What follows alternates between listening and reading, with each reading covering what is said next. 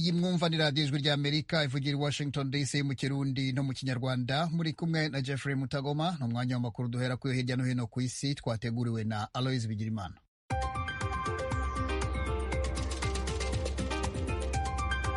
Mwaramutse Jeffrey, tuyahere mu yavugwa kuri Afrika. Leta ya Libya yo mu buseruko ejo ku munsi wa kabiri yarahaye ubutegetsi kumugaragaro leta nshasha igiye gushira hamwe igihugu catabaguwe n'intambara kandi ni nayo izoshikana ku matora ico gihugu atekanijwe mu mpera z'uyu mwaka. Iyi leta nshasha irongowe n'umushikiranganje wa mbere w'imfatakibanza Abdul Hamid Deiba isubiriye leta y'ubumwe yavuye mu mwumvikano yari ifise icicaro i Tripoli hamwe n'iyari ifise icicaro mu ntara ya Cyrenaica kandi itari yemewe n'amakungu.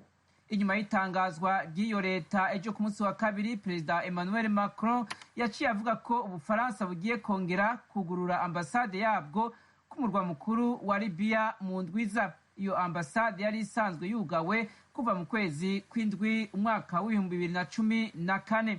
Ibindi bihugu birimwo Misiri hamwe n'izinga rya Malta biramaze gutangaza ko navyo nyene bifise umugambi wo kongera kugurura ambasade i Tripoli. Muri Afrika kandi, perezida wa Somalia Mohamed Abdullahi Mohamed arasugerejwe asabwa gushikana igihugu ku mwumvikano wo gutunganya amatora yasibijwe mu kwezi kwa kabiri. Inama y'imisi ibiri yabegwa n'ico kibazo yarangiye badashitse ku mwumvikano. Leta ya Amerika yasabye abategetsi ba leta nkuru ya Somalia hamwe n'amareta y'intara gukorera hamwe kugira batunganye amatora y'umukuru w'igihugu n'ay'abashinga amateka yari kuba mu kwezi kwa kabiri, ariko yarigijweho kubwo kutumvikana hagati y'abanyepolitike ku itunganywa ryayo. Imigambwe itavuga rumwe n'ubutegetsi ivuga ko perezida hamwe na leta nkuru ya Somalia atabubasha bafise bwo gutumako amanama kuko ubutegetsi bwabo bwarangiye mu kwezi guheze.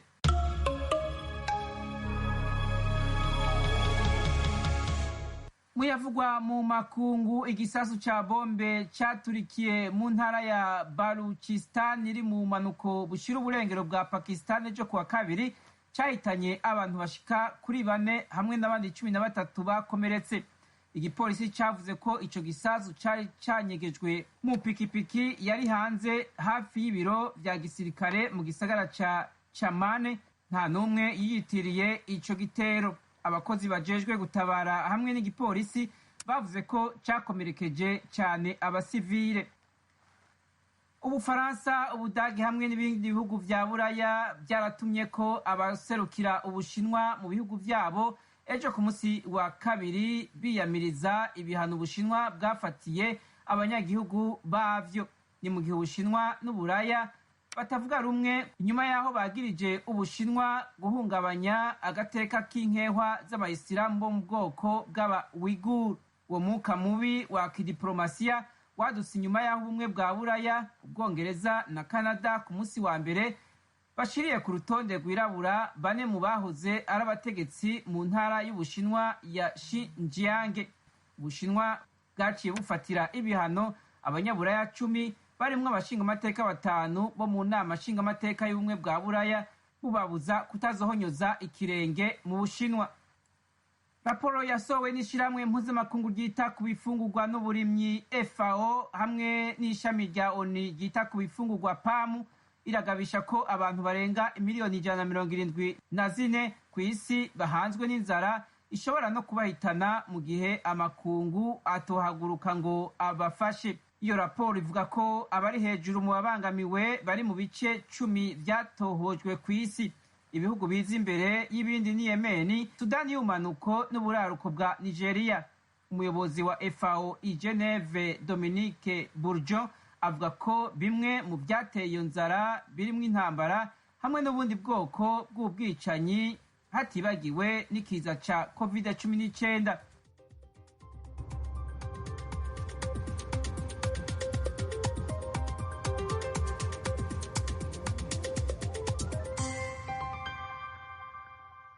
Urakoze Aloys Bigirimana kutugezaho ayo makuru.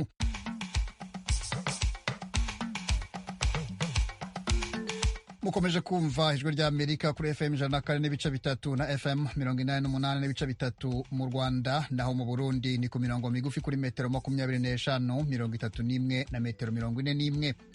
Ikaze nanone mu makuru yo mu biyaga bigari. Mu Burundi, guverinoma n'imitwe ya politike ejo basuzumye ikibazo cyakomeje kuvugwa cyo kutihanganirana hagati y'abayoboke b'amashyaka. Tugashima cyane rero ko umushikiranganji muragishinga yifuza ko ikiyago hagati y'imigambwe cobandanya hako imigambwe gumirabana ayingwa. Gabriel Banza Witonde ni umukuru w'umugambwe APDR, Alliance pour la paix, la démocratie et la réconciliation. Aya makuru n'ayandi ni mu kanya.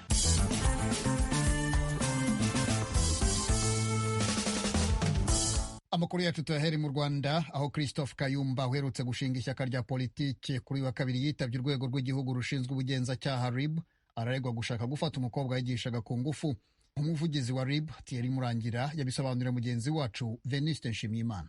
Christophe Kayumba araregwa ihohoterwa rishingiye ku gitsina ndetse n'ubwinjiracyaha bwo gukoresha undi imibonano mpuzabitsina ku gahato. Uwo undi muvuga ni muntu ki, ni umugabo cyangwa se ni umugore? Ni umukobwa wahoze ari umunyeshuri we muri 2017 aho yagerageje gushaka kumusambanya ku gahato. 2017. None kuki ikirego mukizanye ubu muri 2021 kandi mwari musanzwe mukizi kuva muri 2017? Oya, ikirego twacyakiriye mu ntangiriro z'uku kwezi kwa gatatu k'uyu mwaka, kizanywe n'uwo mudamu arega Kayumba ibyo byaha bibiri twavuze. Urwego rw'igihugu rw'ubugenzacyaha RIB bwaracyakiriye rutangira iperereza. Uyu munsi rero akaba yahamagajwe kugira ngo abazwe kuri ibyo birego bimuvugwaho. Ariko kuba Christophe Kayumba ahamagajwe na RIB ubu ngubu hatarashira iminsi mikeya ashinze ishyaka, nta sano bifitanye no kuba yinjiye muri politiki? Oya, nta sano bifitanye, ntaryo rwose, kuko iki kirego nk'uko nabikubwiye cyatanzwe mbere y'uko Kayumba atangaza ko yashyizeho n'iryo shyaka.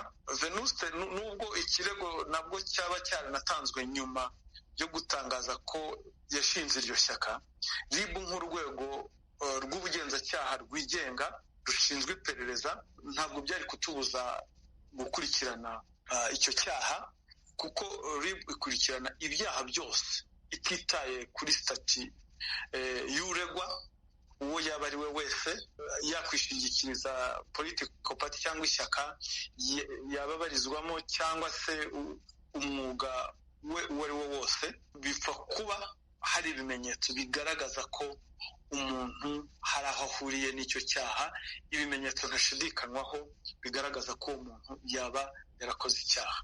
Hari undi munyamuryango w'ishyaka Christophe Kayumba aheruka gushinga, uwitwa Jean Bosco Nkusi, nguwo nawe yatawe muri yombi ku cyumweru. Ibyaha bakurikiranyweho bihuriye he? Ni uko bari mu ishyaka rimwe? Icyaha Kayumba akurikiranyweho n'icyo Nkusi akurikiranyweho nta sano bifitanye, n'ibyaha bibiri bitandukanye byakozwe mu bihe bitandukanye. Uyu witwa Jean Bosco Nkusi akurikiranyweho icyaha cy'ubujura bukoreshejwe kiboko ndetse no kwiyitirira urwego rw'umwuga. Itariki 3 z'ukwezi kwa gatatu uyu mwaka, RIB yakiriye umucuruzi waregaga ko hari abantu 6 atabashije kumenya bamusanze ku kazi ke itariki 2 z'ukwa gatatu aho acururiza ibitanda mu Gakinjiro mu murenge wa Gisozi. Abo bantu biyitaga ko ari abakozi ba Rwanda Revenue Authority, biyitaga ko ari abapolisi. Ni abantu baje mu modoka 2 zitandukanye, 3 baza mu modoka imwe, abandi 3 baza mu yindi. Baza rero batera uwo mugabo ubwoba bamubwira ko atishyura imisoro. Rero uwo mugabo yaje kubaha 1 miliyoni yari afite kuri mobile money. Amaze kuyabaha baramurekura. Umunsi ukurikiyeho uwo mugabo yaje gutanga ikirego, urwego rw'ubugenzacyaha RIB ruragikurikirana. Ku ikubitiro hafatwa abantu 3 aribo Muhire Theogene, Mugwaneza Ismael, Kabayabaya François. Bamaze gufatwa, uyu Nkusi rero nawe Jean Bosco aza gufatwa, afatwa itariki 21 z'ukwezi kwa gatatu. Ubu ngubu hakaba hagishakishwa abandi 2 kuko bose bari 6. rero ibyaha akurikiranyweho we na Kayumba ntaho bihuriye, ni ibyaha byakozwe mu bihe bibiri bitandukanye. Christopher Kayumba we muracyamufite cyangwa se mwamurekuye arataha ariwe ku buryo yabajijwe amaze kubazwa arataha, ku buryo uwamushaka yamubona akamubwira uburyo yageze muri RIB? Yabasubiza ndumva yabasubiza kuko we yabajijwe arataha nta kindi. Thierry Murangira mu kiganiro na Venuste Nshimiyimana. Ibyo birego Christopher Kayumba ubwe arabivugaho iki? Umva uko yabisobanuriye Venuste Nshimiyimana. Ibyo byaha icyo nabivugaho ni nicyo nabwiye RIB. Ibyo byaha ni propaganda, ndetse propaganda iciriritse no gusebanya. Nta kindi nabivugaho ukwiye kuvuga yuko ari ugusebanya na propaganda iciriritse. Ariko se wavuga ute ko ari ibyaha bya propaganda iciriritse mu gihe ari ibyaha bivugwa ko ari ibyo gufata umuntu ku ngufu? Impamvu mvuga yuko ari propaganda iciriritse ni impamvu 3. Iya mbere, umuntu bavuga yuko yafashwe ku ngufu ntabwo bamuvuga, ntabwo arigaragaza, bavuga ko yari umunyeshuri wanjye. Ntabwo nakwibuka amazina y'abanyeshuri bose bo nigishije, maze imyaka 18 nigisha kuri kaminuza, ntabwo namenya amazina y'abanyeshuri bose nanyuzemo. Cya kabiri, bivuga ko ari propaganda. Uyu mukobwa atangaza ku rukuta rwe rwa Twitter yavuze yuko ngo byabaye muri 2017, hanyuma kubitangaza, uyu mukobwa yibutse kubitangaza, akababaro ke yibutse kukagaragaza umunsi umwe tumaze gutangaza ko twatangiye ishyaka rya politike riharanira guteza demokarasi mu gihugu. Ibyo rero namwe mwabyibazaho. Icyanyuma, ntabwo ari jyewe jyenyine tumaze gutangaza iryo shyaka ryacu, ntabwo ari jyewe jyenyine bahimbiye ibyaha. N'ushinzwe ibyo bita mu Cyongereza mobilization, ubukangurambaga mu ishyaka ryacu, nawe ku cyumweru baramufashe, bavuga yuko bamenye yuko ngo ari umujura. Urumva rero uruhurirane rw'ibyo byaha ni ibintu rwose hano bisanzwe. Niyo mpamvu uvuga ko ari propaganda iciriritse kandi imenyerewe. Ariko iryo fatwa rya Jean Bosco Nkusi naribajije umuvugizi wa RIB, ambwira ko ntaho bihuriye, ko ahubwo yari amaze iminsi ashakishwa kubera ikibazo cy'ubujura yari akurikiranyweho.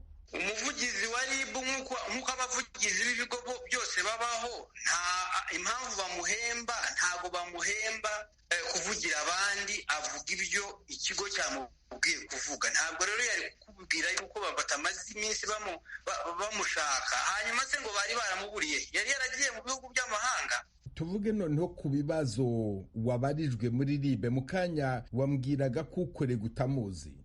Bambwiraga amazina, ariko urabona agiye maze imyaka 18 nigisha kuri kaminuza. Abanyeshuri maze kwigisha ni abanyeshuri 1000. Ntabwo nakwibuka amazina y'abanyeshuri. Nababwiye ahubwo muzamuzane, niba hari, niba atari umuhimbano muzamuzane murebe, niba ariho kuko bazamuzane. Naho kumbwira ngo nibuka abanyeshuri nigishije, urumva se umuntu umaze kwigisha abana 1000 mu ishuri rimwe, hari nubwo haba harimo abanyeshuri 100. Ubwo se abanyeshuri 100 wamenya amazina yabo ari ayahe? Ni ukuvuga ko baramutse bamuzanye witeguye guhura nawe? Nanabibasabye, RIB nanabibasabye, barambwira ngo ntabwo byemewe n'amategeko. Ndababwira niba atari umuhimbano muzamuzane murebe mu maso, kuko ibyo bintu byo bavuga ntabwo ari ibintu njya nkora. Uzi neza yuko ari ugusebanya na propaganda, kubera yuko twatangije ibyo leta idashaka. Ibazwa ryarangiye cyangwa se ubugenzacyaha buracyakomeza? Kubera yuko atari jyewe witumira, ntabwo namenya niba gutumirwa kwanjye kwarangiye, ariko nibongera kuntumira, kubera yuko ndi umunyarwanda kundi yubahirizwa ry'amategeko, nibongera kuntumira nzitaba. Christopher Kayumba, ndagushimye cyane ku bw'aka kanya wahaye Ijwi Rya Amerika. Mwakoze cyane namwe kuduhamagara tukaganira. Mu Rwanda kandi urukiko rwisumbuye rwa Gasabo mu mujyi wa Kigali ejo rwumvise ubujurire bwa Madame Yvonne Idamange Iryamugwiza ku ngingo y'ifungwa n'ifungurwa ry'agateganyo. Idamange n'abamwunganira barasaba ko arekurwa akaburana ari hanze, ubushinjacyaha bwo bugasaba ko akomeza gufungwa kubera uburemere bw'ibyaha bamurega. Aburana ibyaha 6 birimo guteza imvururu muri rubanda, byose bikomoka ku magambo yatangazaga ku muyoboro wa YouTube avuga ko yavugiraga rubanda ku bibazo yemezaga ko bibugarije. Eric Bagira ubusa arakomeza inkuru. Mu ikanzu ndende y'ibara ry'iroza iranga abafungwa batarakatirwa n'agapfukamunwa mu ibara ry'abafungwa bakatiwe, afite impapuro mu ntoki, uko niko Madame Mivoni Idamange Ryamugwiza yagaragaye mu buryo bw'ikoranabuhanga burana urubanza rw'ubujurire kwifunga n'ifungurwa ry'agateganyo. Yari kuri gereza ya Mageragere mu nkengero z'umujyi wa Kigali yunganiwe n'abanyamategeko Brice Bikotwa na mugenzi we Felicien Gashema. Idamange watindanye ijambo yasobanuye ko icyamuteye kujurira icyemezo kimufunga by'agateganyo ari uko umucamanza yimye agaciro uburyo yafashwemo, agasakwa akanafungwa avuga ko butubahirije amategeko. Yabwiye urukiko rwisumbuye rwa Gasabo ko abasore bagera mu 8 we yita ko bameze nk'amabandi binjiye iwe ku ngufu babanje gusunika urugi rw'igipangu, abandi barurira nta mpapuro zo kumuta muri yombi n'izibemerera gusaka. Avuga ko izo mpapuro zanditswe nyuma bagamije kugaragaza ko ibyo bakoze byubahirije amategeko. Idamange avuga ko abinjiye iwe nta n'ibyangombwa bagaragaza ko bari abakozi b'ubugenzacyaha RIB, ko ahubwo binjiye nk'abagabye ibitero. Asobanura ko abigabyi be bari bateze moto kandi batambaye imyenda y'akazi.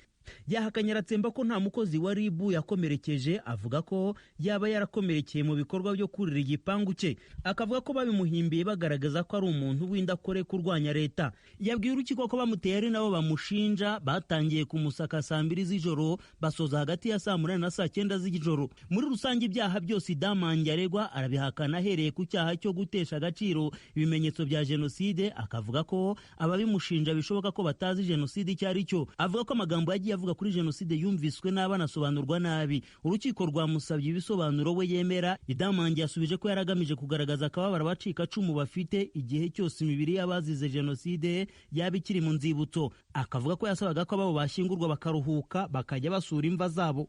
Yabwiye urukiko ko ari umuturage usanzwe utanazwi ku buryo ngo atashoboraga guhamagarira abantu kwigaragambya. Akavuga ko n'amagambo ye nta ngaruka yateje ku buryo ubushinjacyaha bumurega guteza imvururu cyangwa imidugaro muri rubanda. Yongeye kumvikana avuga ko yahagurutse avugira rubanda mu gihe cya COVID-19 kuko yabonaga bimuteye agahinda kubera ko hari abari babuze uko bigenza mu gihe cyaguma mu rugo. Maître Felicien Gashema na mugenzi we Maître Brice Bikotwa basaba urukiko kuzasuzuma video ya nyuma yabaye imbarutso yifatwa n'ifungwa rya Idamange. Baravuga ko igisohoka nyuma y'iminota 30 inzego z'umutekano zari zageze kwa Idamange, bakibaza niba zari zarangije kumva video imara isaha n'igice, bakanayisesengura ubushinjacyaha bugahita bukora inyandiko zimbemerera kumufata no kumusaka. Yaba Idamange yewe n'abamwunganira barasaba gutesha agaciro icyemezo cy'umucamanza wa mbere. Baravuga ko nta mpamvu zikomeye kandi zihagije kuri buri cyaha zatuma uregwa akomeza gufungwa mbere y'urubanza mu mizi. Aba banyamategeko baravuga ko ibikoresho by'uwo bunganira hafi ya byose ubushinjacyaha bubifite ku buryo kumufungura ntacyo byahungabanya, kandi kuri bo gukurikiranwa yidegembya byagombye kuba ari ihame. Bakavuga ko igihe yarekurwa by'agateganyo yategekwa kujya yitaba ubushinjacyaha buri kwezi. Ubushinjacyaha bwirinze kujya kuri buri ngingo ku kiburanwa, buvuga ko uruhande bahanganye rutigeze rugaragaza inenge z'icyemezo cy'urukiko rw'ibanze rwa Gasabo. Buvuga ko muri dosiye harimo impapuro zatanzwe mu kujya gufata Idamange no kumusaka, kandi ko nawe yemera ko yazishyizeho imikono. Ariko uregwa agakomeza kuvuga ko muri icyo gicuku yategetswe kuzisinya. Buramwikoma ko ariwe wabaye nyirabayazana mu gutuma amasaha yo kumusaka tubahirizwa, kuko ngo yari yanze ko bamusaka. Kucyo kuba batarumvise video yose umushinjacyaha asaba ko bitahabwa agaciro, kuko ngo bumvise amagambo bari bakeneye muri video, na cyane ko ngo ari nayo yaregerwaga. Yemeza ko hari ibice by'amacupa yagaragaye kwa Idamange ayatera abashinzwe umutekano, ari naho havuyemo gukomeretsa umwe muri bo. Umushinjacyaha kandi avuga ko Idamange niba koko yarababaye yagombaga gusaba ko imibiri yabe gusa yashyingurwa aho gusaba imibiri y'igihugu cyose. Yavuze ko kuba amagambo yavuze atarateje imyigaragambyo byatewe n'uko iyo myigaragambyo yaburijwemo, ariko ko bidakuraho ko yakoze icyaha. Umushinjacyaha akamusabira gukomeza gufungwa kubera uburemere bw'ibyaha aregwa, akanavuga ko iperereza rikimukorwaho. Asubiranye ijambo Idamange yabaye nk'uwishinganisha, avuga ko ushinzwe gereza y'abadamu afungiwemo imageragere imwegere amukorera iyicarubozo rishingiye ku byaha aregwa. Yabwiye urukiko ko nta muntu wemerewe kumuvugisha mu bo bafunganywe kandi ko n'ufashwe amuvugisha bagomba kujya kwitaba mu buyobozi bwa gereza. Akavuga ko bimutera ubwoba ku mutekano we ko bashobora kuzabeshya ko yiyahuye. Idamange kandi asoza yishimira ko bimwe mu bibazo byamuteye kuvugira rubanda birimo ko abanyeshuri batigaga ubu bose basubiye mu mashuri n'ibindi. Agasaba umucamanza mu bushobozi n'ubushishozi bwo gucukumbura ikibazo cy'ifungwa rye. Madame Yvonne Idamange w'abana 4 yatangiye kumvikana kuva mu mpera z'ukwezi kwa mbere y'umwaka. Yari ku muyoboro wa YouTube anenga bikomeye imigenzereze y'ubutegetsi bw'u Rwanda. Akurikiranyweho ibyaha 6 byose bikomoka ku magambo yahavugiye, aho aregwa ko yahamagariraga abantu kwigaragambya bakigobotora ingwe y'igitugu. Icyemezo ku bujurire bwe kwifunga n'ifungurwa ry'agateganyo kizatangazwa ku itariki ya 29 z'uku kwezi kwa gatatu. Kwijwi Rya Amerika i Kigali. Mu Burundi, Minisiteri y'Ubutegetsi bw'Igihugu ejo yahuye n'abakuru b'imitwe ya politike yemewe muri icyo gihugu mu rwego rwo kugerageza kurangiza ikibazo cyo kutihanganirana ku badasangiye ibitekerezo bya politike. Pierre Claver Niyonkuru arakomeza. Imigambwe irenga 30 yemewe n'amategeko mu Burundi niyo yitavye inama igihuza n'ubushikiranganji bw'intora hagati mu gihugu yabereye i Bugarama mu ntara ya Muramvya kuri uyu wa kabiri. Intumbero yayo niyo kuyaga ingene imigambwe yoterera mu iterambere ry'igihugu inyuma y'amatora yabaye ku mwaka uheze, nk'uko vyashikirijwe n'umushikiranganji w'intora hagati mu gihugu n'umutekano Gervais Ndirakobuca. Kuganira n'abegwa n'ivyerekeye igihugu bose igiye kuba ingendo ya misi yose, kuko na kare barayamaze ngo umwami agirwa n'abagabo. Kira noneho ukuganira n'abarongoye imigambwe ni imwe mu nzira zirashe zituma igihugu kiguma gitekanye. Twaravyiboneye imbere y'amatora n'inyuma yayo ko uruhara rwanyu ari ntangere, umutekano inyuma yayo ukaba ari wose kandi atariko vyahora. Nico gituma uyu munsi duhamagarira abarongoye imigambwe kuva mu majambo ya politike gusa, ariko avyara imigambi y'iterambere, hanyuma mube abambere mu kuyihimiriza no kuyishira mu ngiro. Abitavye iyo nama barashima kandi barahuriza ko igikenewe ari ukugwanya ukutihanganiranira mu vya politike biranga abanywanyi b'imigambwe. Gabriel Banza Witonde atwara umugambwe APDR. Tugashima cyane rero ko umushikiranganji muragishinga yifuza ko ikiyago hagati y'imigambwe cobandanya, hako imigambwe igumira abana ayingwe, bigaca bituma ingorane zose zigira gute zitorerwa umuti. Tukaza turaterera leta ibikiratwara ibigenda neza tukabivuga, ibitagenda neza nabyo tukerekana kandi tugatanga n'umuti. Intererano zacu bakazikorerako kandi bakabona ko imigambo atari abansi b'igihugu. Bizoturyohera rero mu gihe twoshikira igihugu ciyubashe, abene igihugu bateye imbere. Ku rundi ruhande ariko umugambi SNL utavuga rumwe na leta nawe nyene witavye iyo nama utangazwa nuko ibivuye muri bene ivyo biganiro bitaja mu ngiro. Ku bwa Aime Magera, umuvugizi wa Gatongwasa atwara uwo mugambwe watahukanye ikibanza ca kabiri mu matora aheruka, abanywanyi bawo ntibasiba guhohoterwa. Akagiriza abanywanyi b'umugambwe uri ku butegetsi CNDD-FDD kugira barekura abantu bafunzwe, kugira ngo bahimirize imbonerakure zireke gutoteza abantu, kugira ngo bahimirize imbonerakure zireke kutwononera amapermanence. Nta nama z'imigambo zari zikenewe. Abantu bafunzwe ni benshi, bagafungwa imbere y'ayo matora no muri ayo matora nyene. Ubushikiranganji buraba abanyepolitike bubona ko umuti ari uko ico kiyago hagati y'abanyepolitike badasanga ivyiyumviro coshinga imizi gushika ku mitumba. Pierre Claver Niyonkuru, Kigali, ku Kwijwi Rya Amerika. Mukomeje kumva radiyo Ijwi Rya Amerika, ni umwanya w'ikiganiro Amerikana kibanda ku byaranze Amerika mu bihe byashize no mu bihe tugezemo, mugitegurirwa kandi mukakigezwaho na mugenzi wacu Thomas Kamilindi.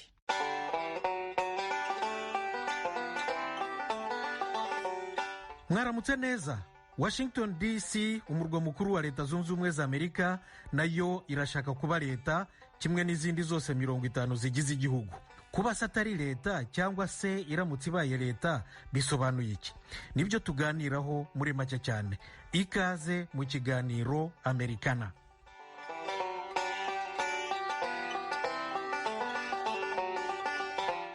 Washington DC bivuze District of Columbia cyangwa se akarere ka Columbia, yitiriwe Washington. Abantu bayumva yuko ari nk'umurwa mukuru wa Leta Zunze Ubumwe za Amerika, ni ukuvuga iwabo w'inzego z'ubutegetsi bw'igihugu cyose, ambasade z'amahanga n'imiryango mpuzamahanga itabarika. Ni umujyi wakwitwa nk'aho ari umurwa mukuru w'isi. Buri mwaka ndetse wakira abashyitsi bagera kuri miliyoni 20. Nyamara rero abantu benshi ntibatekereza ko DC nanone ari umujyi nk'indi yose ufite abaturage bawo n'inzego z'ubuyobozi zihariye zikuriwe na meya. Umujyi wa Washington DC washinzwe mu 1790 ku gataka katanzwe na leta za Maryland na Virginia. Mbere y'uko inzego z'ubuyobozi bw'igihugu cyose zitangira kuhakorera burundu, zabanje gucumbika mu mirwa mikuru y'agateganyo 8 itandukanye. Izwi cyane ni New York, Philadelphia na Baltimore. Congress yatangiye gukorera i Washington DC mu 1800, ingoro yayo imaze kuzura neza. Maison Blanche, White House mu Cyongereza, nayo yuzuye mu 1800, ariko umukuru w'igihugu yatangiye kuyikoreramo no kuyituramo bwa mbere mu 1801. Naho urukiko rw'ikirenga rw'igihugu rwatangiye gucumbika mu ngoro ya Congress ruza kuhava burundu mu 1935, narwo rumaze kuzuza ingoro yarwo bwite.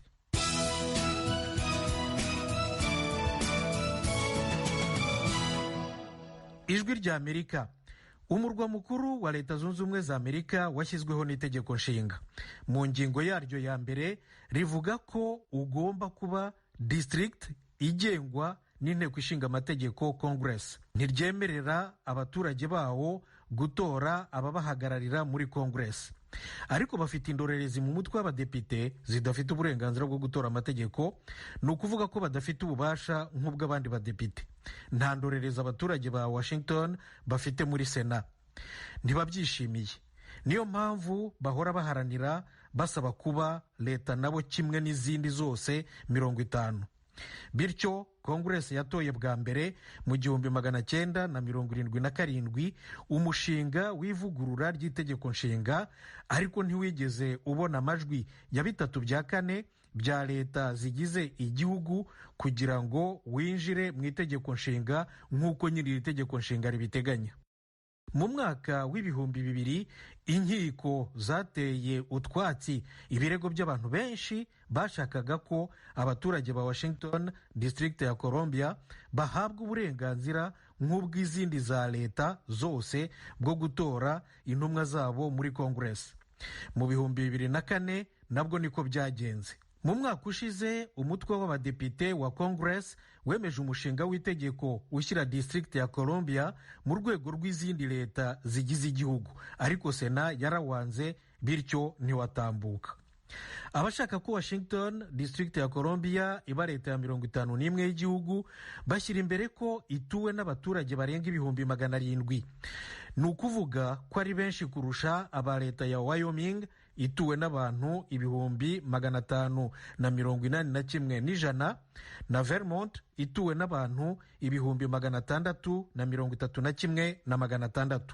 Wyoming na Vermont zifite buri yose abasenateri 2 n'umudepite umwe kubera ko zidatuwe cyane. Bo bafite ububasha busesuye bwo gutora amategeko, ariko abaharanira ko Washington iba leta ya 51 bakavuga ko nabo babikwiye, bityo rero bakavuga ko bashaka gukosora ubu buryamirane bukorerwa District ya Columbia Washington. Abanyapolitiki n'abanyamategeko basanga ariko bizagorana kugira ngo Washington District ya Columbia ibe leta ya 51 ya Leta Zunze Ubumwe za Amerika. Biracyari kure rwose, cyane cyane ko bisaba ko itegeko nshinga rivugururwa, kandi ni igikorwa kigoranye gifata n'igihe kirekire cyane hano muri Leta Zunze Ubumwe za Amerika. Nshuti zacu, iki kiganiro Amerikana nahagihumurije. Mbashimiye ko mwagiteze amatwi. Mbifurije umunsi mwiza. Mwari kumwe na Thomas Kamirindi. Murakarama.